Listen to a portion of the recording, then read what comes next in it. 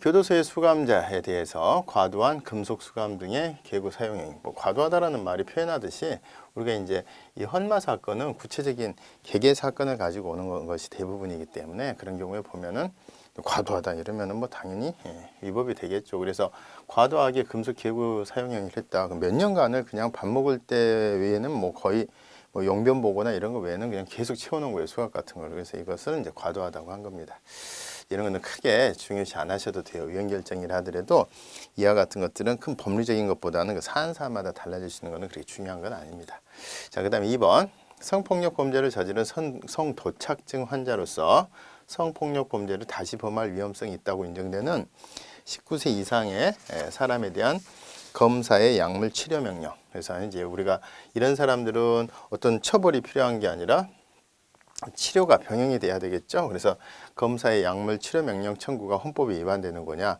당연히 위반되지 않는다라고 봅니다. 오히려 권장을 해야 될 사안이겠죠. 두 번째, 치료 명령 선고 시점하고 치료 명령을 이제 선고하는 시점하고 그 다음에 집행 시점 사이에 어느 정도 상당한 시간적 간극이 존재를 해요. 그러면은 우리가 이제 사실 이 치료라고 하는 것은 우리가 병원에 몸이 아파서 갔을 때도 뭐 예를 들어서 그 일주일간의 치료가 필요합니다. 그런데 이 환자가 너무 몸이 막 그 면역력이 세가지고서 뭐 3일 만에 다 낫더라고. 그럼 나머지 4일은 약을 먹을 필요가 없잖아요. 또 경우에 따라서. 그래서 이런 부분과 관련해서 자, 집행 시점에서 치료의 필요성이 달라진 때 불필요한 치료를 배제할 수 있는 전혀 절차가 마련이 돼 있지 않았어요. 그래서 이런 부분에 대해서 선고 시점에서 물론 이제 선고 시점 당시에서는 거기에 가장 합당한 검사의 청구에 따라서 이제 판사가 선고를 해줬겠죠. 치료명령 청구가 이유 있는 경우, 자 치료명령을 선고하도록 한 것이 신치자를 침해하는 거냐? 요건 침해한다 그랬어요. 왜냐하면은 집행 시점에 만약에 선고 시점하고 다른 이게 어떻게 보면 사정이 변경된 거잖아요. 근데 불필요한 치료를 배제할 수 있는 절차가 없다는 얘기는 이미 치료의 필요성이 없는데도 불구하고 계속 치료를 받아야 된다라는 그런 모순점이 생기잖아요. 그래서 이 뒷부분이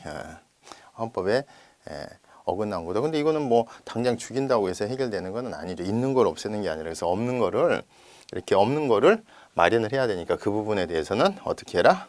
국회가 좀 알아서 해라. 그래서 앞부분은 합헌이고요. 뒷부분은 이제 헌법 불합치인데 헌법 불합치가 중요하다고 봐서 이제 앞으로 이렇게 써놓은 겁니다. 그래서 이 부분이 위헌이다 이렇게 생각을 하시면 되겠어요. 자, 그 다음에 알코올 중독자 등에 대한 치료 감옥이요. 이 감호라는 말이 들어가면은 갖다 놓고 사실 뭐 교도소나 진배 없다 그랬죠. 그래서 이제 치료에 포커스를 두지만 이게 가둬놓고 하는 거기 때문에 관찰처럼 풀어놓고 하는 게 아니라서 아무래도 형벌적 의미의 보완처분이다 이렇게 보고 있습니다. 그래서 상한이 원칙적으로 2년으로 정해놨어요. 근데 이것은 이제 아무리 치료가 필요하다고 하더라도 되나 계속 그냥 무한정으로 갈 수는 없으니까 이런 부분에 대해서는 맥시멈은 2년 정도로 잡아서 이런 것들은 합헌으로 보고 있습니다. 그 다음 4번 보호 의무자 2인의 동의와 정신건강의학과 전문 1인의 진단이 있으면 이 부분에 대해서는 보호 입원이 가능하다. 근데 이게 사실은 알고 보면은 가둬놓는 거란 말이에요. 그래서 이런 부분에 대해서 보호 입원. 이게 이제 오남용 염려가 좀 있겠어요, 없겠어요? 의사 한 사람 매수한 다음에 어머니가 자꾸 재산을 엄한 사람한테 사회에 기증하려고 하고 그러면은 가족들이 그런 상속이라든가 이런 이해관계로 드라마에 많이 나오죠. 그래서 이인의 동의를 얻어서 그냥 정신건강의학과 전문의 한 사람의 진단만 있으면 그냥 내나 갖다 가둬버리는 거예요. 이런 것들은 침해한다고 봤습니다. 그래야 되겠죠. 그래서 이제 요건 같은 것들을 더 엄격히 하도록. 자, 그 다음에 금지처분. 자, 금지처분이라고 하는 것은 이제 금지처분 관련된 걸 여기다 모아놨는데 교도소에 이제 징역이나 금고형을 선고받고 혹은 이제 교도소에서 수용되는 미결수를 하더라도 그 교도소 안에 있는 동안에는 규율 질서를 잘 지켜야 되겠죠. 근데 거기에 대해서 또 교도소에서 사고를 친 거예요. 제가 이제 주로 잘 얘기하는 게 쇼생크 탈출이라는 영화를 보면은 거기서 주인공이 막 음악 틀잖아요. 그죠?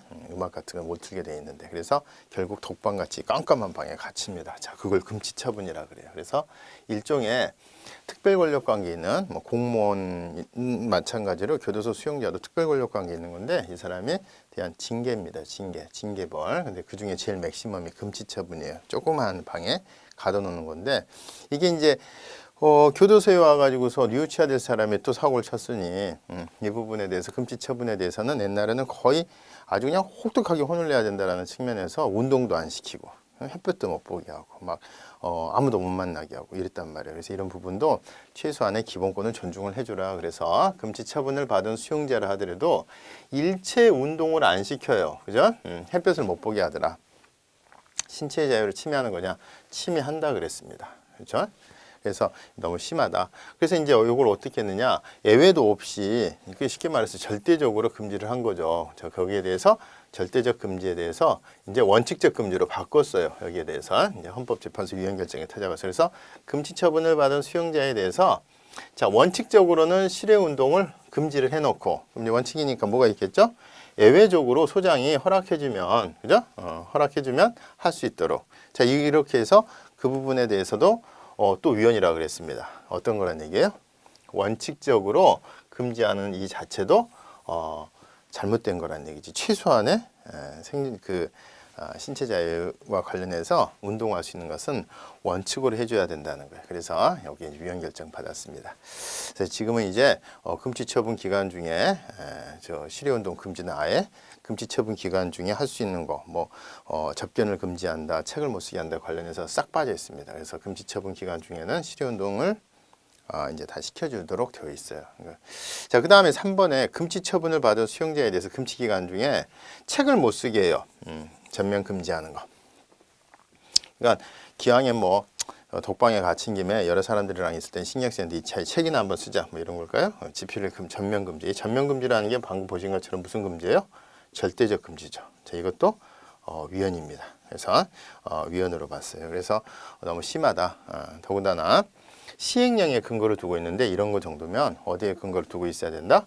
법률에 근거를 두고 있어야 된다. 그래서 법률에 근거 없이 이런 거 하는 거는 법률 유보 원칙에도 위반되고 설사 법률에 근거가 있다 하더라도 가정을 해보더라도 이 자체로는 잘못된 거다. 너무 심한 거다. 이거는 이제 법률 우위 원칙도 어긋났다는 거예요. 사실은 이제 법률 유보 원칙이 어긋나면 그다음 대부분 평가도 안 해요. 근데 혹시라도 이제 법률에 근거를 두면서 이 내용을 또 둘까봐 높아심에 설사 법률에 근거를 둔다 하더라도 절대적 금지 이거는 잘못된 거야 이렇게 이제 선언을 해준 거예요.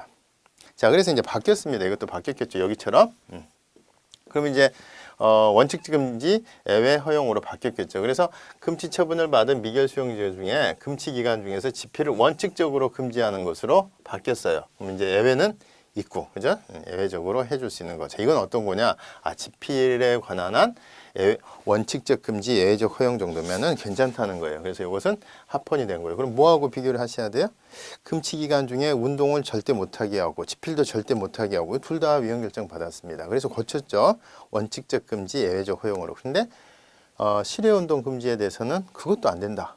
대신에 집필 금지, 그 정도면은 됐다. 이렇게 해서 두 개가 차이가 나는 것은 원칙적인 금지, 예외적인 허용으로 바뀐 부분에 대해서 실외운동 금지는 위헌 결정이 나왔고요. 집필 금지는 합헌 결정이 났다는 거 비교를 해두셔야 되겠죠. 시험에 잘 내고 싶겠죠. 여러분들 같아도. 여러분들 이제 출제 교수라고 생각하면 내나 똑같아요. 본 출제하는 사람도 내가 헷갈렸으니까 너네들도 헷갈리지 않니? 이렇게 물어보겠죠. 그래서 그런 것들은 꼼꼼하게 잘 비교를 정리를 해두셔야 됩니다. 자, 다음으로 넘어가겠습니다. 과태료라는 거는요. 이것은 행정 형벌하고 그죠? 형벌이 있고 이건 형사상의 책임이고 그 다음에 도덕이 있고 이 중간에 있는 행정상의 책임이에요. 그래서 우리가 행정 질서벌이라고 합니다. 그래서 예를 들어서 이 형벌을 부과하려면은 범죄 정도가 돼야 되겠죠. 사람을 죽이거나 칼로 찌르거나 다치게 하거나 강간하거나. 근데 도덕은 부모님한테 효도하세요. 효도 안 한다고 해서 처벌하거나 강제하진 않아요. 근데 여기에 대해서는 이제 법적 책임이 따른데 요거는 형사 책임이라고 하는데 요거는 행정상의 책임이라고 해요. 그래서 질서벌은 요게 이제 과태료 딱 하나밖에 없습니다. 그래서 이건 어떤 거냐? 쓰레기 봉투 규격 안 쓴 거, 금연구역에서 흡연하거나 담배꽁초 함부로 버리는 거. 이거를 우리가 범죄라고 안 하고 질서 위반 행위라 그래요. 질서 위반 행위. 그래서 질서 위반 행위는 에이 담배꽁초 버리지 말지 그랬어 하고 이제 도덕처럼 비난하는 것도 아니고 범죄로 봐가지고서 사형, 징역, 금고, 자격상실, 자격정지, 벌금, 구류, 과료, 몰수 자 이런 어마어마한 형벌이 부과되는 것도 아니고 요 중간급이에요. 그런데 자 요 두 개는 다 형벌을 부과하거나 질서벌려서 과태료를 부과하려면은 법률에 근거 있어야 되겠죠. 그런데 꼭 있어야 된다는 의미에서 요거는 뭐라 그러느냐? 제일 무서운 건데 요거는 죄형 법정주의라 그래요. 그죠? 죄형 법정주의. 그런데 요거는 죄가 아니에요. 범죄도 아니고 이건 사실 형벌이 아니죠. 질서벌이어서. 그래서 이것은 질서 위반 행위 법정주의라 그럽니다. 그래서 죄형 법정주의는 과태료하고는 상관이 없는 거예요. 마찬가지로 이 행정상의 요거는 행정상의 책임이고 요거는 형사상의 책임인 거예요. 그리고 요거하고 비슷한 것들이 뭐 영업 정지 처분이라든가 그렇죠? 영업 취소도 마찬가지고 뭐 운전면허 정지 이런 것들에 다 준하는 급이에요. 그래서 요거하고는 차이가 큽니다. 그래서 과태료는 죄형 법정주의의 대상이 아니에요. 왜? 범죄도 아니고 질서위반 행위고 형벌도 아니에요. 과태료여서 질서벌이어서. 그 다음에 이제 우리가 정관 위반 행위에 대해서 형사처벌을 규정을 둔다. 그러면은 죄와 형은 법률에 근거를 둬야 된다는 게 죄형 법정주의인데 TV 수신료처럼 정말 중요해서. 그런데 정관 위반 행위라고 하는 것은 이 정관이 회칙이에요. 회칙. 법인에서 우리들끼리 여기 이런 취지하에 만든 법인에서 이런 거 지키자라고 하는 건데 그걸 위반했다고 처벌을 하면 자 범죄 유형을 법률로 정한다는 거예요? 정관으로 정한다는 거예요? 안 되겠죠. 그래서 죄형 법정주의에 다 위배됩니다. 그래서 이런 것들은 뭐 농업협동조합 내의 정관이 됐건 중소기업 협동조합의 정관이 됐건 정관이 위배됐다고 해서 형사처벌하는 것은 죄형 법정주의에 다 위배되는 거예요.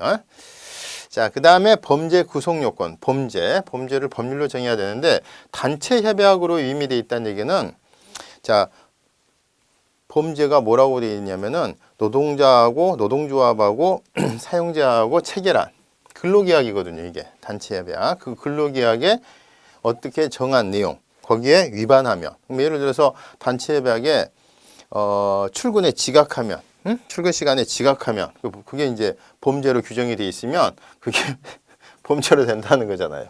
말도 아니죠. 이런 것들은 다 정관, 단체 협약의 위임 이런 것들 원칙적으로 다 위헌입니다. 예를 들어서 범죄 구성 요건을 명령 같은 데 위임하더라도 이것도 원칙적으로는 안 돼요. 그건 다 법률로 정해야 되는 거고 혹시라도 법률에 구성 요건 같은 것을 명령에 위임할 때는 긴급하거나 부득이한 사정이 있을 때 아주 예외적으로 허용을 해줍니다. 그래서 단체 협약이라든가 뭐 정관 이런 것에서 범죄 유형을 정한다. 택도 없는 겁니다. 이런 것들은 싹 다 죽는 거예요. 자, 그 다음에 사실상 노무에 종사하는 공무원을 제외한 사실상 노무에 종사하는 공무원은요. 우리 판례가 이제는 더 이상 공무원으로 안 봐요. 그래서 사법관계로 봅니다. 사법관계.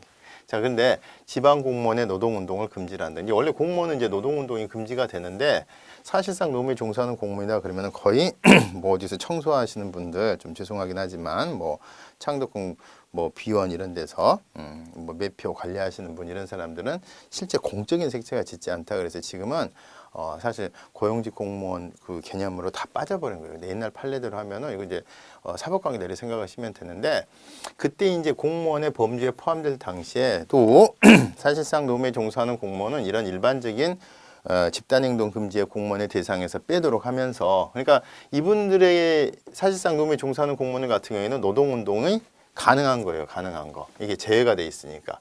그 대신에 그 사실상 노무에 종사하는 공무원의 범위를 이제 조례로 정하도록 해놓은 거예요. 조례로 정하면은 혜택이 되는 거죠. 자, 이게 죄형 법정주의에 위배되는 거냐. 이거는 사실 조례로 정해져서 처벌받는 거예요. 지금 금지하는 부분을 풀어주는 거예요. 그죠? 그러니까 수익적인 부분이니까 이것은 조례로 정하도록 해도 괜찮다는 거예요. 그래서 이것은 합헌입니다. 대신에 요 판례에 관련해서 조례가 계속 정하지를 않았어요. 그러면 이제 조례가 정하지 않는다는 것은 법률에서 이제 이 사람들은 집단행동, 노동운동을 허용해 준다는 취지로 다만 그 범위를 조례로 정해라. 그런데 조례로 20년이 지나도록 정하지 않았다면 그 정도는 위헌이다. 왜? 법률상 헌법상 의무가 있는데도 불구하고 법률상 헌법상 의무가 있는데도 불구하고 안 했으니까 자 그런 겁니다. 근데 일단 이 공무원의 범위에 들어가게 되면은 이게 범죄 유형을 정한 게 아니라 범죄에서 풀어주는 유형에 들어가는 거니까 이런 것들은 이제 수익적인 영역이어서 죄형 법정주의에 위배되지 않는다고 봤습니다. 자 그다음에 이제 죄형 법정주의의 취지는 범죄하고 형벌이 법률에 의해서 정해져야 된다. 이게 TV 수신료처럼 국회에서 논의돼서 딱 국민의 대표자인 국회에서 결론이 나야지 저렇게 명령 같은데 위임하거나 뭐 정관이나 뭐 조례 이런 거 원칙적으로 안 되는 거다 이런 거. 여기는 이제 수익적인 범위니까 괜찮지만 그리고 자 이때 그 실질적인 재정의 주체가 행정부나 이런 데가 돼서는 안 되겠다는 건데 이건 이런 거잖아요. 법률에 대통령령으로 정하는 범죄를 저지르는 자는 대통령령이 정하는 바에 따른 형벌을 부과한다 그러면 실질적으로 범죄와 형벌을 법률에서 대통령령에 위임이 되어 있지만 포괄임이 되어 있어서 다 누가 정하는 게 되는 거예요? 행정부가 정하는 게 돼서 안 되는 거잖아요. 이제 그런 취지인데 자 그거를 못하게 해놓으니까 어떤 표현을 써요? 대통령령으로 정하는 범죄 이렇게 하면은 너무 대놓고 위임하는 게 되니까 꼼수를 써요. 자 조국의 이익에 저해가 되는 자는 그에 상응한 형벌을 부과한다. 그리고 이때 조국의 이익에 저해가 되는 자의 범위는 대통령령으로 정한다. 그럼 그 말이 내나 똑같은 말이에요.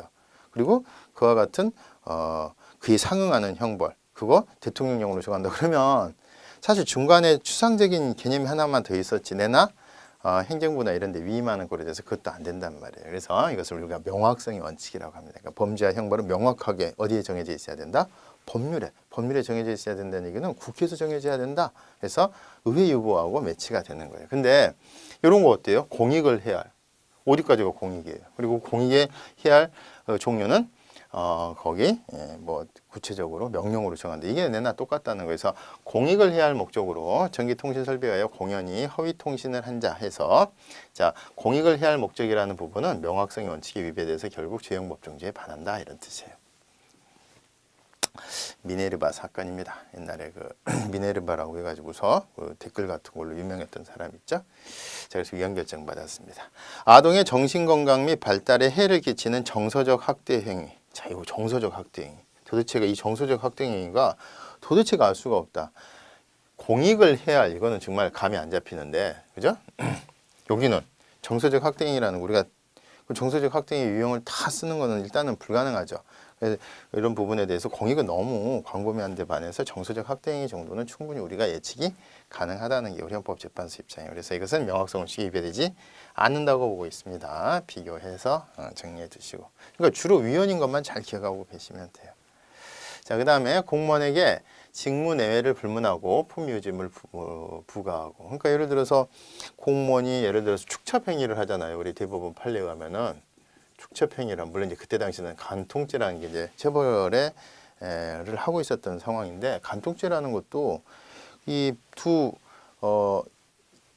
큰 부인, 작은 부인이 으르렁거리고 싸울 때 얘기지 둘이 화해스럽게 싸우지 않고 그러면 간통죄로 공소를 제기할 수가 없어요. 왜 간통죄는 이혼인 소송이 전제가 돼야 되거든요. 그래서 축첩행위를 하는데 아무 문제 없이 잘 살고 있어요. 그럼에도 불구하고 공무원은 자, 타의 규범이 돼야 된다. 그런 의미에서 품위유지 의무를 부과를 하는 거예요. 자, 아니 우리가 공과 사가 있으니까 내가 회사 이제 회사가 아니고 국가가 됐건 지방자치단체와 같은 공공기관에 출근을 해서 자 내가 이렇게 공적인 업무를 수행하는 데는 내가 공무원으로서 품위유지 지킨다. 그러니까 예를 들어서 이 품위유지 의무가 그래서 공무원으로서 공직을 수행할 때 말을 제대로 해야 된다든가 뭐 개돼지 발언 이런 국민이 개돼지다 이런 발언 해서는 안 된다는 거 알겠는데 퇴근 후에 그러면 직무의 범위 내에 있다는 거는 내가 공적인 업무니까 이해를 하겠지만 직무 범위 바깥이면 공사가 구별되니만큼 우리 그런 거 얘기하잖아요. 이제 퇴근했으니까 나는 사인이야. 그런데 이와 같은 축제병에는 직무하고 전혀 상관없는 나의 사적인 내밀한 영역인데도 불구하고 아무 유지 문제가 없음에도 불구하고 직무와 관련성이 있건 없건 퇴근에서도 품위유지 의무를 부과를 하고 자, 이와 같은 행위를 했다는 이유로 징계 사유를 규정한 거. 이것이 품위유지. 도대체 이 품이라는 게 뭐냐. 이것도 충분히 앞서 살펴보셨던 아동을 정서적으로 학대하는 행위처럼 충분히 우리가 예측이 가능하다는 거예요. 물론 이제 아주 근접적인 경계선상에서는 막 고민을 할 수는 있겠지만 웬만하면 조심하라 이런 뜻입니다. 그래서 이렇게 합헌으로 보고 있습니다. 자, 그 다음에 통신 매체를 이용한 음란 행위를 처벌을 하죠. 그래서 이제 그 부분에서 성폭력 범죄 처벌 등에 관한 법률 특례법에서 성적 수치심이나 그 다음에 혐오감. 자, 이것도 성적 수치심이나 혐오감도 사람마다 따라 어느 정도 기준 달라질 수 있지만 어느 정도 공감이 가능한 부분으로 보는 거예요. 자, 그래서 이런 것들 합헌으로 보고 있습니다. 그래서 품위유지 의무, 성적 수치심이나 혐오감, 아동을 정서적으로 확대하는 거, 공익 이런 거는 위헌으로 본 거예요. 자, 공무원의 지위를 이용해서 선거에 영향을 미치는 행위. 자, 그래서 우리가 선거에 영향을 미치는 행위. 그러면 도대체 너무 광범위하죠. 근데 공무원의 지위를 이용해서 선거에 영향을 미치는 행위. 그러면은 여러 가지 공무원이 어떤 그 억압적인 뭐 전화를 한 통을 해서 뭐 이런 것들 고위 공직자들이 자기는 충분히 우리가 예측을 할 수 있다는 거예요. 그래서 이것도 명확성 원칙이 위배되지 않는다고 보는 겁니다. 그래서 이 세 가지는 기억이 안 난다. 그러면은 합헌이에요. 공익, 기억난다. 그거는 위헌인 거고 이렇게 기억을 해주셔야 돼요. 그러니까 뭘 더 세게 기억을 하셔야 돼요. 기왕에 하신다면 위헌 부분을 세게 기억을 하셔 놓으시면 좋아요. 자, 그 다음에 파견 근로자 보호 등에 관한 법률. 그래서 파견이 금지되는 부분에 대해서 근로자를 파견을 하는데 예를 들어서 A 기업에서 B 기업으로 파견을 해요. 근데 공중도덕상 유해한 업무. 자, 요것이 명확성의 원칙이 위배되는 거냐? 이건 위배된다고 봤습니다. 그래서 이게 공중도덕상 유해한 업무라는 게 범위가 아까 공익처럼 너무 넓다는 거예요. 그래서 요거는 체크를 해 두셔야 되겠죠. 그죠? 그래서 이것도 뭐 최근에 2016년 거긴 합니다. 자, 그 다음에 여러 사람의 눈에 띄는 곳에서 공공연하게 알몸을 지나치게 내놓거나 지나치게 어디까지가 지나치게요? 그 다음에 가려야 할 곳을 내놓아. 재밌죠? 다른 사람에게 부끄러운 느낌이나 불쾌감을 준 사람을 처벌하는 경범죄 처벌법 조항. 이것도 명확성의 원칙이 위배된다고 봤어요. 그래서 지금 공익, 그 다음에 공중도덕상 유해, 그 다음에 노출 이런 부분에 대해서는 잘 기억을 해두세요. 자, 그 다음에 그러니까 사실 우리가 이와 같이 처벌을 합니다. 형사처벌을 하기도 하고 형법에 처벌을 하기도 하고 뭐 특별법에서 처벌도 하지만 죄형법정주의에서 명확하긴 해야 되지만 우리가 그 많은 삼라만상의 현상을 다 일일이 적시할 수가 없어서 일반적으로 불명확한 개념을 죄형법정주의임에도 불구하고 쓸 수밖에 없는 그런 사정은 있어요. 그렇지만 그 정도가 너무 지나치면 아동의 정서적 확대행위 이 정도면 우리가 충분히 예측이 가능한데 그렇다고 뭐 아동의 정서적 확대행위를 뭐 때리거나 뭐 불로 지지거나 뭐 이런 걸 다 이렇게 뭐 나열할 수는 없다는 얘기죠. 그래서 어느 정도 추상적인 걸 쓰는데 그 정도는 우리가 이해가 되지만 뭐 정말 저 상층에 있는 공익 뭐 그다음에 뭐 공중도덕상 공중도덕이 도대체 뭔지부터 평가가 돼야 되고 유해 여부도 평가가 돼야 되는데 전혀 이거는 너무 위라는 얘기죠. 그다음에 이제 가려야 할 것을 내놓아 이런 것들이 이제 너무 좀 적합지 않다고 본 겁니다. 그 다음에 형법 129조 제1항의 공무원. 공무원은 원래 이제 돈을 받으면요, 일반인들도 남의 일을 맡고 있는 회사의 대표이사가 어떤 납품업체로부터 돈을 받고서 어떤 질이 안 좋은 거를 뭐 이렇게 쓴다거나 이러면은 배임죄로 처벌받아요. 그러니까 업무를 수행함에 있어서의 죄를 배신을 때렸다 그래서 배임죄. 그리고 그게 이제 내나 일회성이 아니라 여러 번 하면은 업무상 배임죄 그래서 처벌을 받는데 자 이게 사적인 영역이라면 공적인 영역에서는 뇌물죄라 그래서요 공무원들은 뇌물죄는 여기하고 잽도 안 돼요. 형벌이 어마어마하게 셉니다. 여러분 잘 아시다시피 박근혜 대통령도 1억 이상의 뇌물이니까 10년 이상의 징역이잖아요. 특정범죄 가중처벌에 관한 법률에서. 그래서 이렇게나 많아요. 세요.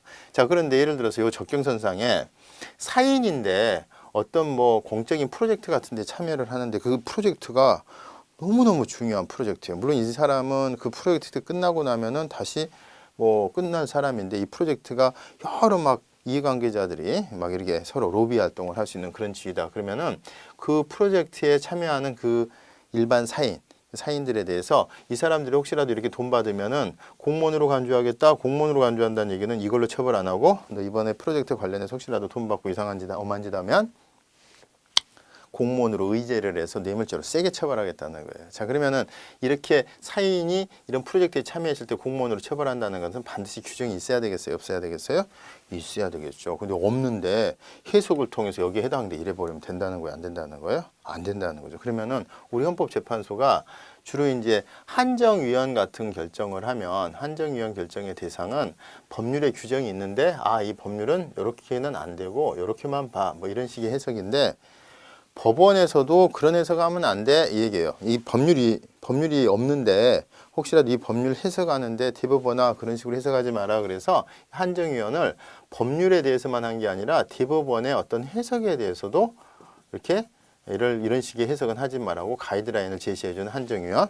이건 이제 우리 헌재가 가능하다고 본 게 요겁니다. 그래서 형법 129조 제1항의 공무원, 뇌물죄 처벌 규정의 공무원에 제주특별자치도 설치 및 국제자유도시 조성을 위한 특별법에 통합영향평가심의위원회 심의위원 중 그 심의위원이 여럿이 있는데 위촉을 받아가지고 그 기간만 그 위원으로 참여하는 사람이 있는데 그 위촉위원이 포함되는 것으로 해석하면 안 된다는 거예요. 누구한테 지금 제동을 거는 거예요? 대법원 너네 그런 식으로 해석하면 안 돼요. 자, 이 법률 조항에 예를 들어서 요 제주특별자치도 설치 및 국제자유도시 조성을 위한 특별법에 예를 들어서 여기 심의위원회에 심의위원이라고 돼 있는데 그 심의위원인 뭐 예를 들어서 그 규정에 위촉위원이라는 것이 뭐 포함된다라고 되는데 이것은 여기에는 안 된다고 해석하는 한 이렇게 법률을 해석하는 과정에서가 아니라 요 해석에 대법원이 혹시라도 그걸 포함하는 해석하지 말라는 거예요. 그리고 이게 이제 유추해석 금지원칙. 그래서 이제 해석이라는 표현이 나오는 거예요. 그래서 해석 금지 위배되느냐? 위배된다 그랬어요. 그래서 그런 표현 하지 말라는 겁니다. 그럼 우리가 이제 요때 제주도 통합영향평가위원으로 참여했던 사람에 대해서 위촉위원은 포함시켜서는 안 된다. 그런 해석을 해서는 안 된다라고 하는 거. 그래서 이것도 그런 해석을 하면은 법률에도 특별하게 규정이 없는데도 불구하고 포함하는 해석을 해서 하는 거니까 지형법정주의에 반한다는 겁니다. 자, 요거는 이제 해석과 관련한 거고, 요 위에까지는 뭐예요? 주로 이제 명확성의 원칙이죠. 그래서 너무 공익이라든가 공중도덕상 유해한 업무, 가려할 것을 내놓아 부끄러운 뭐 지나치게 내놓거나 뭐 이런 것들이 이제 잘못됐다는 거예요. 자, 다음 보겠습니다. 주택 재건축이라고 하는 거는요, 기간 시설은 그대로 놔두고, 그러니까 수도, 뭐 전기, 가스 그대로 놔두고 아파트가 좀 낡아서 그거 허물고 다시 짓거나 리모델링하는 걸 재건축이라고 그러고요. 주택이 재개발된다는 얘기는 아주 싹쓸이 엎어가지고서 달동네를 그 막 밑에 막 지하철도 나오고 막 수도 전기 다 싹 다 뜯어 고쳐가지고서 새롭게 한다 이렇게 생각하시면 돼요. 그래서 재개발은 규모가 큰 거죠. 이거는 재건축은 뭐 작은 거고. 자, 주택 재건축 정비사업조합 및 도시환경 정비사업조합의 각 임원, 정비사업 전문 관리업자의 대표자를 요 대표자들도 사실 이해관계가 첨예하게 대립하겠죠. 이 사람들 형법상 뇌물죄 적용에 있어서 공무원으로 의제한다는 얘기는 아까처럼 업무상 배임죄로 처벌하는 게 아니라 무거운 뇌물죄로 처벌하겠다는 거예요. 자, 이게 헌법에 위반되나요? 위반되지 않는다고 봤어요. 자, 그래서 이제 공무원으로 의제하는 규정이 여기는 딱 있는 거죠. 아까는 위촉의원인 뭐 포함된다 뭐 이렇게 돼 있는 게 아니라 없는데 대법원이 그와 같은 해석을 해서는 안 된다는 거고, 여기는 있는 부분에 대해서 합헌으로 보고요. 자, 재개발 정비사업조합의 임원, 여기 더 커요 규모가. 그래서 이 부분에 대해서도 형법상 뇌물죄 적용에 있어서 공무원으로 의제해서 뇌물죄로 처벌하는 거 다 괜찮다는 겁니다. 그래서 같은 맥락으로 기억하시면 되겠고, 지방위원회 의원을 형법상 뇌물죄 적용에 있어서 공무원으로 의제하는 건설기술관리법 조항이 헌법 위반되는 거냐? 자, 이것도 헌법 위반되지 않아요. 세 가지 다 기억이 안 난다 이러시면 되겠지.